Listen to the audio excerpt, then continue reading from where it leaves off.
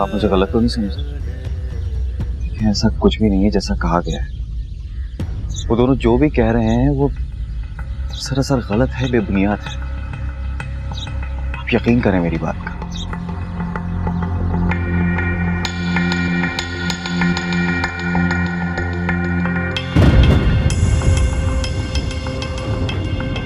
अरीशा से मैं 1-2 बार ही मिला। एक बार तब जब वो घर के बाहर लकड़ियां लेने आई थी, और दूसरी बार मैंने तुमसे कोई सफाई तो नहीं मांगी, लेकिन आपकी खामोशी मुझे बहुत परेशान कर रही है। तुम्हें पता है बेटा कि हम लोग तरक्की क्यों नहीं करते? दरअसल हम लोग तरक्की करना ही नहीं चाहते, क्योंकि हमारी सोच और अमर में यही होता है कि हम फलाह में भी अपने मफाद को पहले रख लेते हैं। हम सिर्फ अपने ही बारे में सोचते हैं, हर बस अपने मफाद नहीं देखते।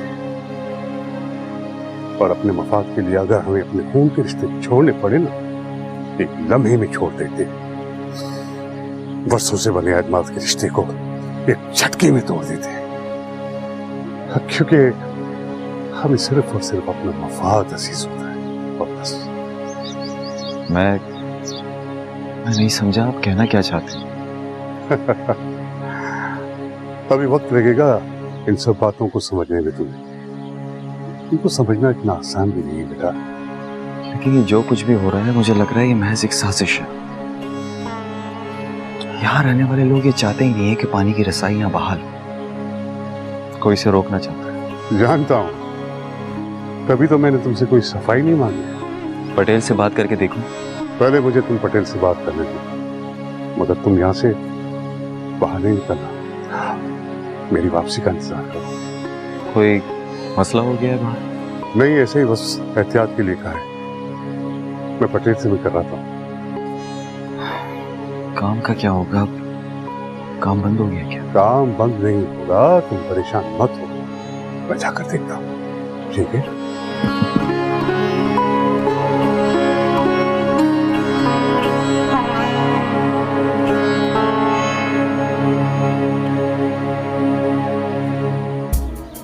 वजीर, आज हम अपने मकसद में कामयाब हो जाएंगे। मंजूर को दूर फेंकवा देंगे। अल्लाह करे ऐसा हो।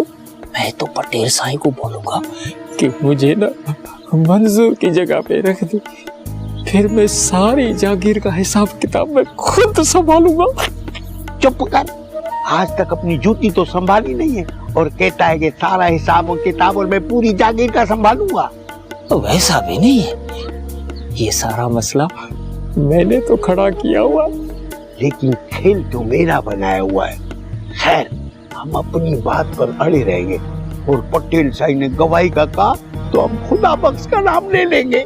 वो हमारी बात समझ जाएगा और अगर ये काम हो गया ना तो फिर गांव में पता है वो पाइपलाइन पानी की बिछेगी नहीं और हमारा कुआं आबाद हो जाएगा और फिर तो खुदा खैर करे, फिर तो घोड़ा रे घोड़ा।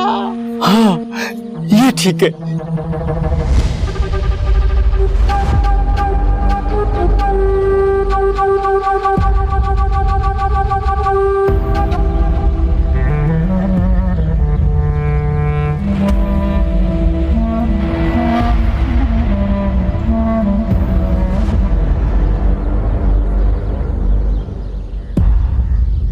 मंजूर अभी तक नहीं पहुंचा। साईं, मुझे लगता है वो आपके सामने आएगा ही नहीं। उसने काम ही ऐसा किया है। वो खुद को पता नहीं क्या समझता है। हालांकि साईं आपने बुलाया, मगर वो तो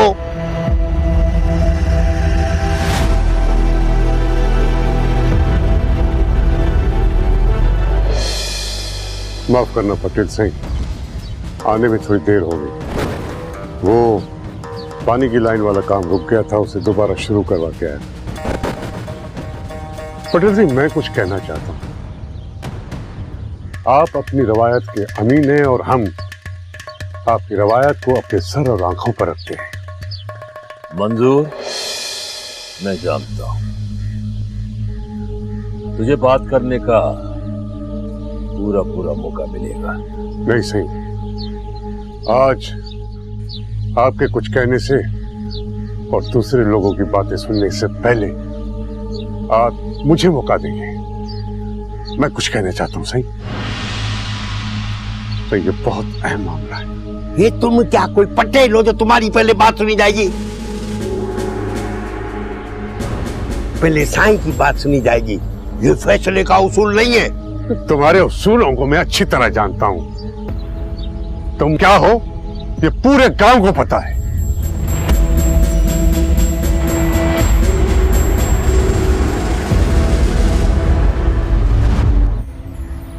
मंजूर, तुम अपनी बात पूरी करो। ये मुझ पर छोड़ दो। कौन क्या है मैं अच्छी तरह जानता हूं। सही मैंने अपनी 40 साल जिंदगी आपकी खिदमत करते हुए गुजारी है। सही अब क्या पटेल साईं अपनी पटेली इसके हवाले कर दे? सही शुरू से आज तक मुझ पर कई इल्जाम लगे, मुझ पर उंगलियां उठाई गई। मुझे आपके साथ कई ऐसे फैसलों से मुंसलिक किया गया जिसका मुझे पता भी नहीं था, लेकिन मैं आपके रवायात और इक़्तिदार के साथ ही खड़ा रहा। और ये बात आप अच्छी तरह जानते हैं। सही हाँ मंजूर, तुम आगे कहो, अपनी बात पूरी करो। साईं, मेरे किरदार पर उंगली उठी वो मैं बर्दाश्त कर गया, लेकिन एक ही शख्स ने 2 बार मेरी बेटी पर उंगली उठाई है। साईं, वो मुझसे बर्दाश्त नहीं हो सकती। यहां पर जो पानी की लाइनें डलवाई जा रही साईं, वो पूरे गांव का काम था, आपका हुक्म था। ये पता है क्या गांव का काम है? अपनी तकरीर बंद करो, पहले पटेल साईं की सुनो। पटेल साईं क्या कहते हैं? हाँ मंजूर, तुम बोलते रहो, बाकी सब लोग खामोश रहो। सरकार की तरफ से पानी का ये प्रोजेक्ट हमारे गांव के लिए आया है। साईं, जब पटेल साईं को इस बात का पता चला तो पटेल साईं ने इस काम को जल्द अज जल्द मुकम्मल कराने का हुक्म दे दिया। और जब ये काम मुकम्मल होने लगा तो कुछ लोगों को अपनी इजारादारी खत्म होते दिखाई दी। बात को खोलने की कोई जरूरत नहीं है।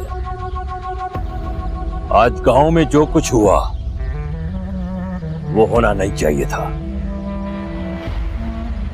बाहर के लोग हमारी इज्जत को उछालेंगे, ये किसी ने भी नहीं सोचा। मेरे पास मामले के हकायक मौजूद हैं। जो इसमें कसूरवार है उसका भी मुझे मालूम है। बिल्कुल होगा साईं, बस आप फैसला सुनाए और झूठे को पार करवाए। कसूरवार कौन है ये भी मैं जानता हूं, किसने क्या किया है वो भी जानता हूं। मेरा फैसला है, आज ही वकील और वजीर गांव छोड़ के जाएंगे। आने वाले 10 सालों तक इस गांव को देखेंगे भी नहीं। और मंजूर अपने बीवी बच्चों के साथ हमारी जागीर की तरफ रहेगा और उसे वहां मुकम्मल तौर पर रहना पड़ेगा, जबकि प्रोजेक्ट का काम जल्द से जल्द मुकम्मल किया जाएगा और शहरी बाबू को जल्द से जल्द यहां से निकलना पड़ेगा और वो काम सदोरों का होगा।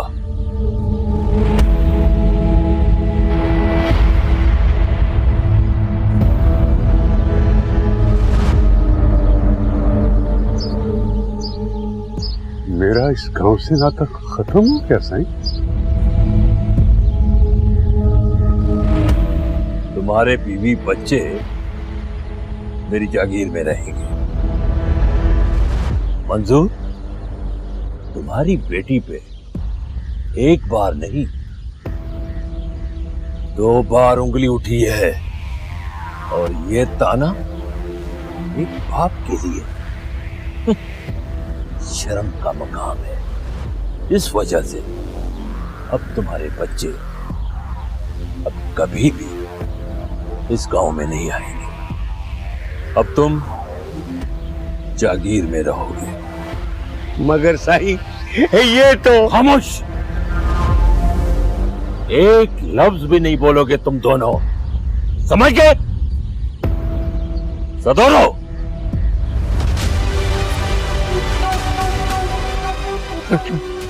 साईं, वॾा साईं, वॾा साईं, वॾा साईं।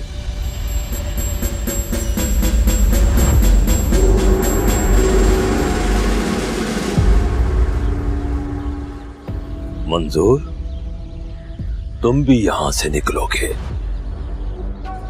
अपना सब कुछ साथ लेकर, लेकिन तुम रुको, मैं वापस आकर तुमसे अकेले में बात करना चाहता हूं।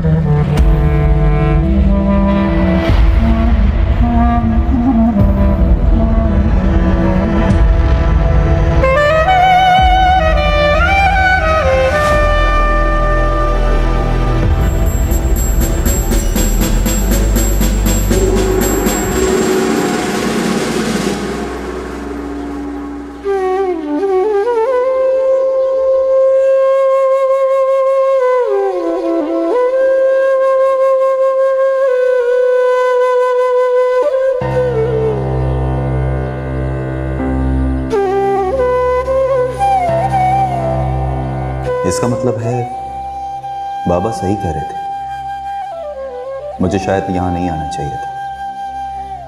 मैंने खामखा एक शोक में सर दे दिया। पता नहीं अब क्या होगा। यहाँ के अपने सिस्टम्स हैं और मुझे उनके बारे में कोई इल्म नहीं। बाबा को इल्म था शायद।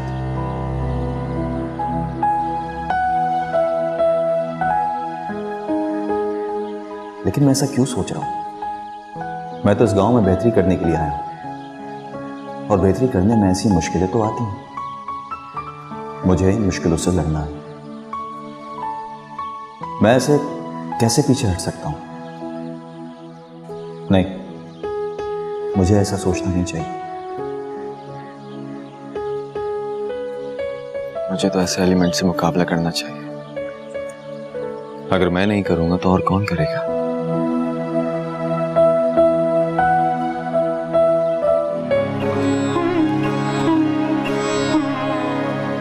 अम्मा ये कल ही लहंगे धोए मैंने। परीशा, क्या हुआ? इतनी परेशान क्यों है? बैठ। क्या हुआ? या अल्लाह खैर। वो चाचा मंजूर वकील और वजीर से लड़ पड़े हैं। बाबा इस वक्त कहाँ है? उनको कोई चोट तो नहीं लगी? मुझे अद्दा गफ्फार ने बताया था कि वकील और वजीर चाचा मंजूर से लड़ पड़े हैं और अब सब पटेल के पास गए हैं। क्यों? किस बात पर झगड़ा किया? अदा ने बताया था कि वो ये बहतान लगा रहे थे कि परीशा का और शहरी बाबू का चक्कर चल रहा है। मार पड़े ऐसे गंदे जहनों पे मेरी बच्ची पर इतना बड़ा इल्जाम लगाते हुए उनको जरा भी शर्म नहीं आया? पूरा गांव तुम्हारे साथ होगा। तुम क्यों परेशान हो रही हो परीशा? बल्कि परेशान तो उनको होना चाहिए जिन्होंने तुम पे इल्जाम लगाया है। हमेशा यही होता आया है। कमजोर और अकेली लड़की को ही हमेशा इल्जामों की सूली पे चढ़ाया जाता है। अपनी अना और मर्तबे की भेंट चढ़ाकर उसे मार दिया जाता है।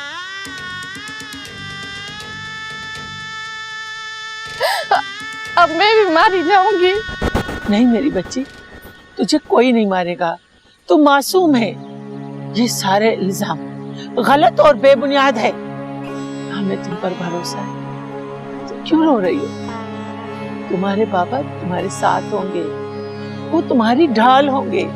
परीशा, ये पूरा गांव जानता है कि वकील और वजीर झूठे हैं और वो अपने मफाद को पूरा करने के लिए ऐसे हथकंडे इस्तेमाल करते हैं। मुझे पटेल मार देगा। अब वो मुझे नहीं छोड़ेगा। अम्मा, मुझे भी सुषमी की तरह मार दिया जाएगा। ये पगली हर किसी से घुल मिल जाती है, इसलिए ये सब कुछ हुआ है। लोगों की गलत सोच सामने आ गई। इसे हमेशा रोकती थी, इसे कहती थी अपना बचपना छोड़ो, लेकिन ये सुनती कब थी किसी की? आप देख लिया। परीक्षा, कुछ भी नहीं होगा। चाचा तुम पे आंख भी नहीं उठने देंगे। नहीं शाना, अब मुझे मारा जाएगा। अम्मा, अम्मा तेरी परीक्षा को वो लोग मार देंगे। तुम्हारे इस बचपने की वजह से तुम्हारे बाप का सर नीचे होगा पूरे राज में। यहाँ तो बेटी एक जिल्लत का टोकरा ही होती है। ये सारे गंदी ज़हनियत वाले तुम्हारे ऊपर उंगली उठाएंगे इस शहरी बाबू की वजह से। नहीं चाची, कुछ नहीं होगा। पूरे गांव को मालूम है कि परीक्षा एक बहुत अच्छी लड़की है और मासूम लड़की है। कुछ नहीं होगा उससे। नहीं शाना, अब मुझे मारा जाएगा। अम्मा, अम्मा तेरी परीक्षा को वो लोग मार देंगे।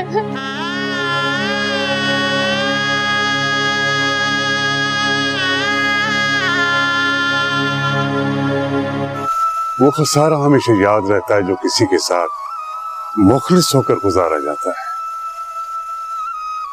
एक पटेल के साथ जिंदगी का इतना वक्त गुजारने के बाद भी नसीब में कुछ नहीं मिला। खैर, ये तो उसका अपना ज़र्फ है। दिल शिकस्ता तो नहीं होंगे वाशिर?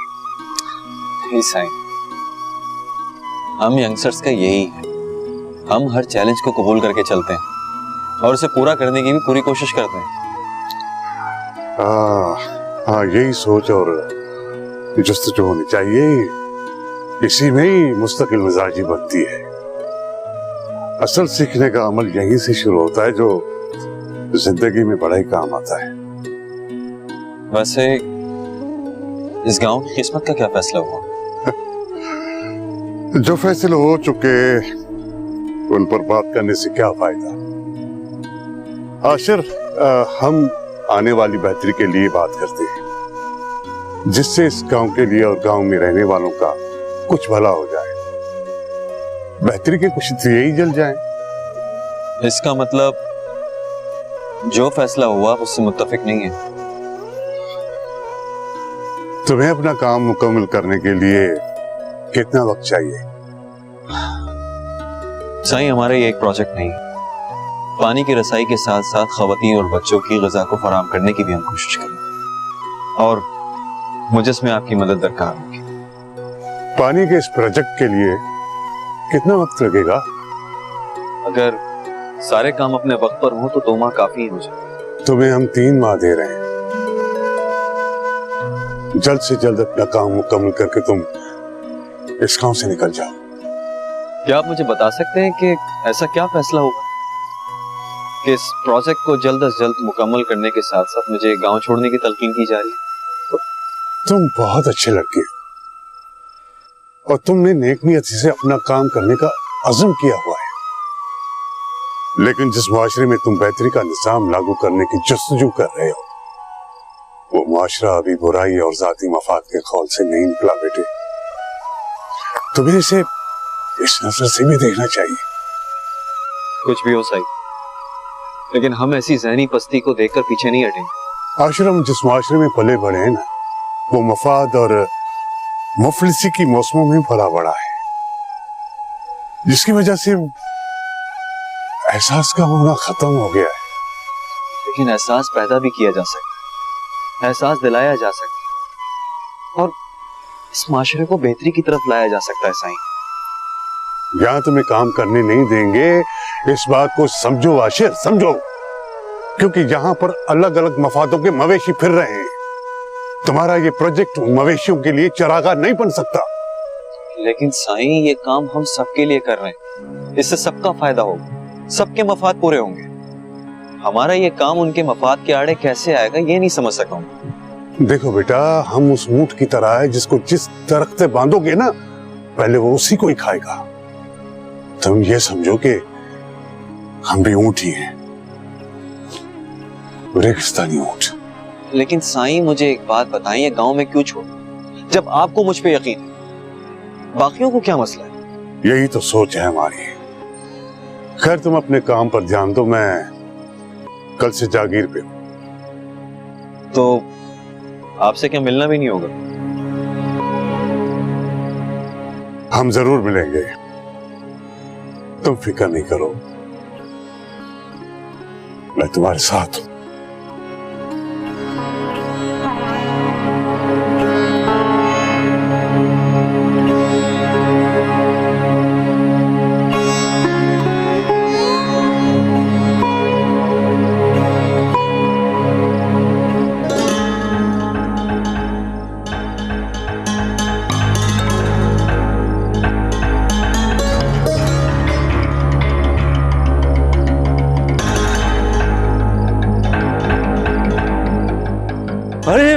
अरे मेरे यार,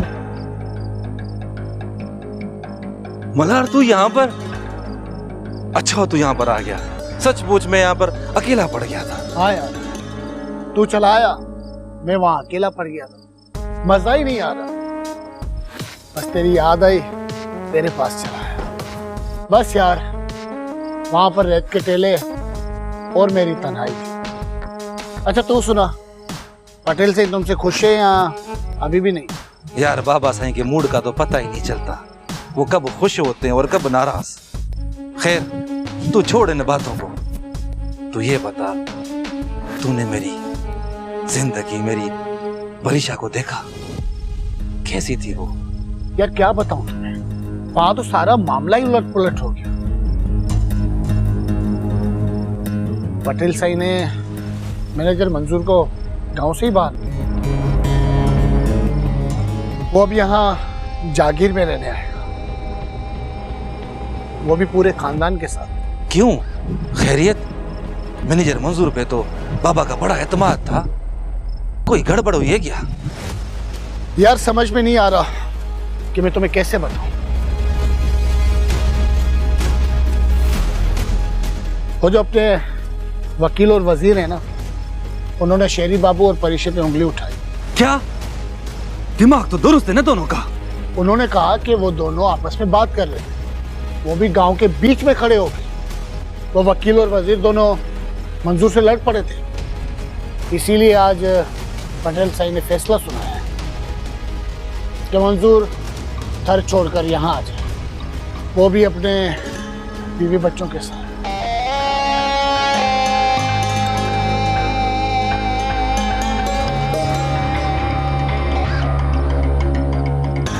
खबर तो अच्छी है, लेकिन इस तरह ना होता तो ज्यादा मजा आता।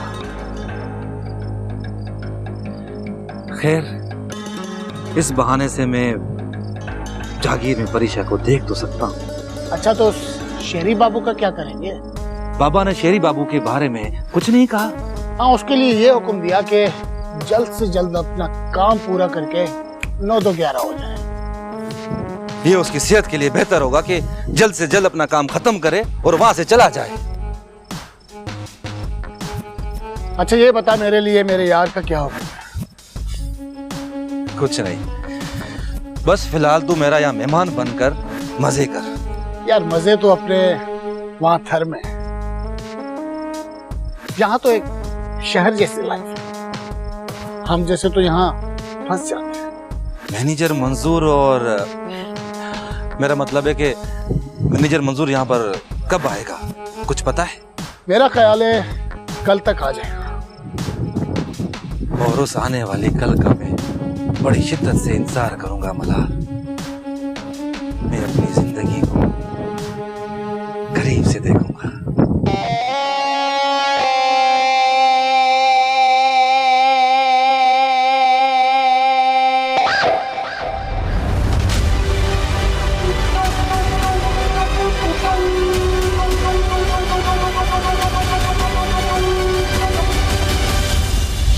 फिरोज मेरा बेटा लेने गया है, वो मेरा बेटा लेकर आएगा, मुझे अपने साथ लेके जाएगा, मुझे अपने साथ लेके जाएगा।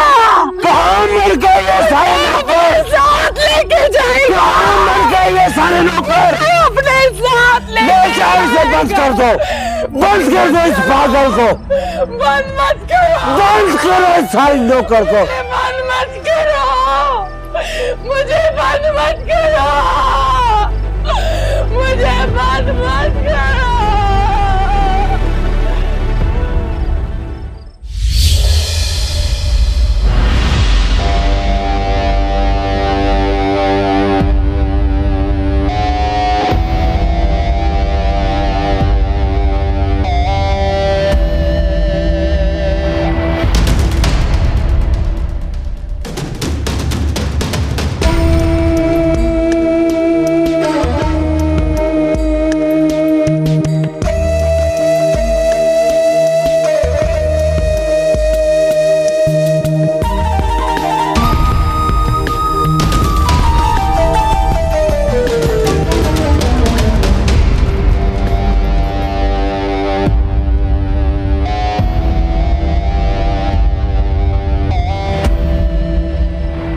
इसे देखकर मेरे बड़े जख्म हरे हो जाते हैं।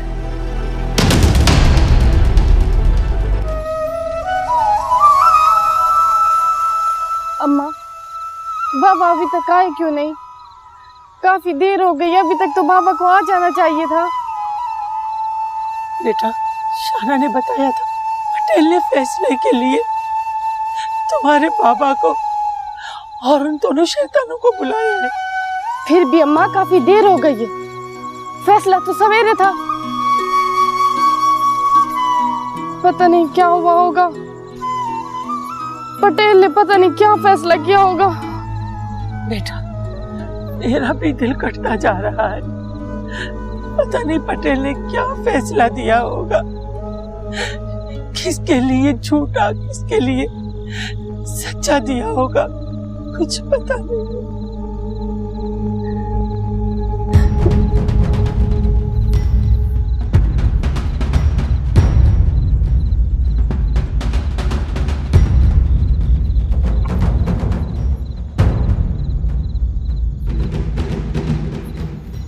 बाबा, तेरी परीक्षा मेरी नहीं हो सकती बाबा।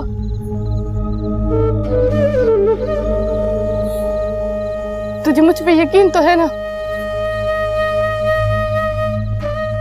बोलो ना बाबा, तुम्हें मुझ पे यकीन है ना?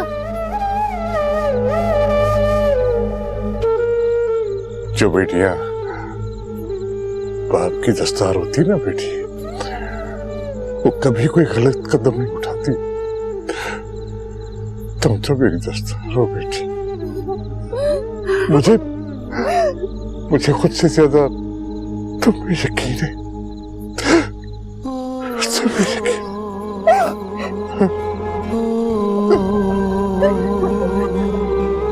वो फैसले का क्या हुआ? हाँ? अपने घोंसले को अपने हाथों से आग दे दिया।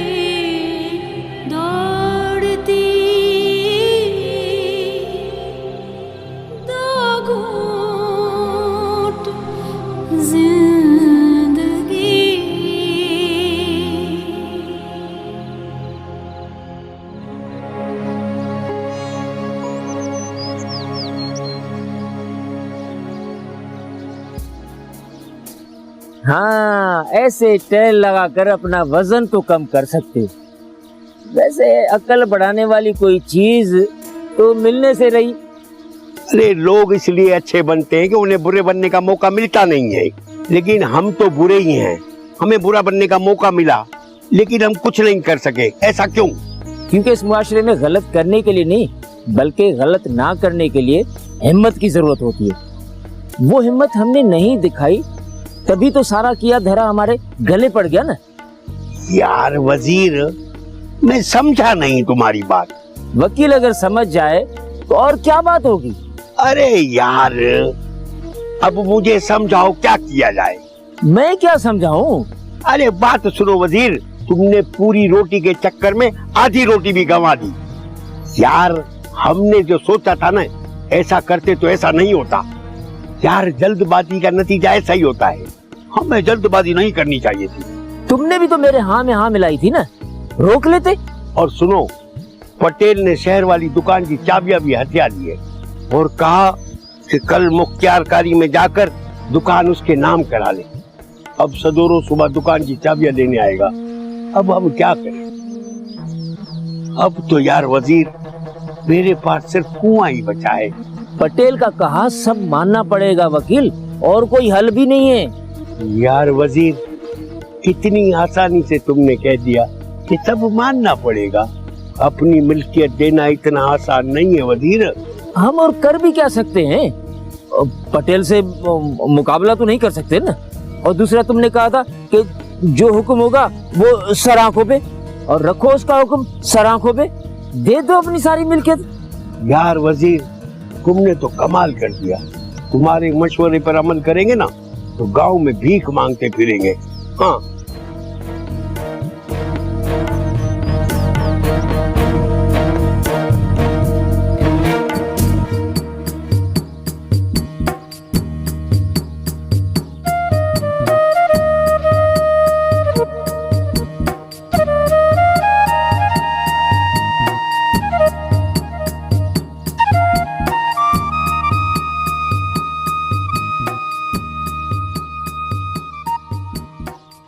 अल्लाह।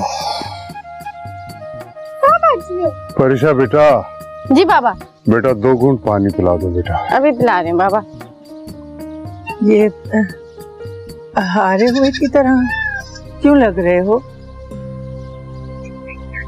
इतनी मायूसी क्यों? तुम पटेल से बात करके तो देखो, हो सकता है वो अपना फैसला बदल दे। कहकर तो देख लीजिए।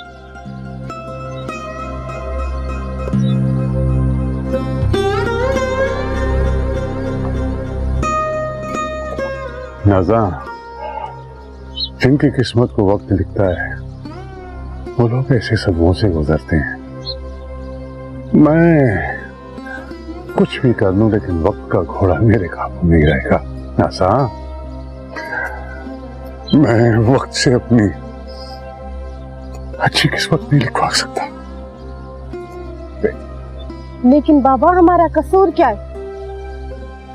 पटेल ने हमारे खिलाफ ऐसा फैसला क्यों किया? हमें किस गलतियों की सजा मिल रही है बाबा? वो कौन होता है हमारे खिलाफ ऐसा फैसला करने वाला? हम किसी के गुलाम नहीं। गुलामी कोई मुआयना नहीं है बेटा, और पटेल को ये अख्तियारात कई नस्लों से मिले हुए हैं, और हम लोग इनके खिलाफ जा नहीं सकते। ये वो रवायात हैं जिनको आज तक किसी ने नहीं तोड़ा। हम लोग इन नाकर्दा गुनाहों की सजा भुगत रहे हैं। बस बेटा, तुम लोग तैयारी पकड़ लो, हमें यहाँ से फौरन ही निकलना है।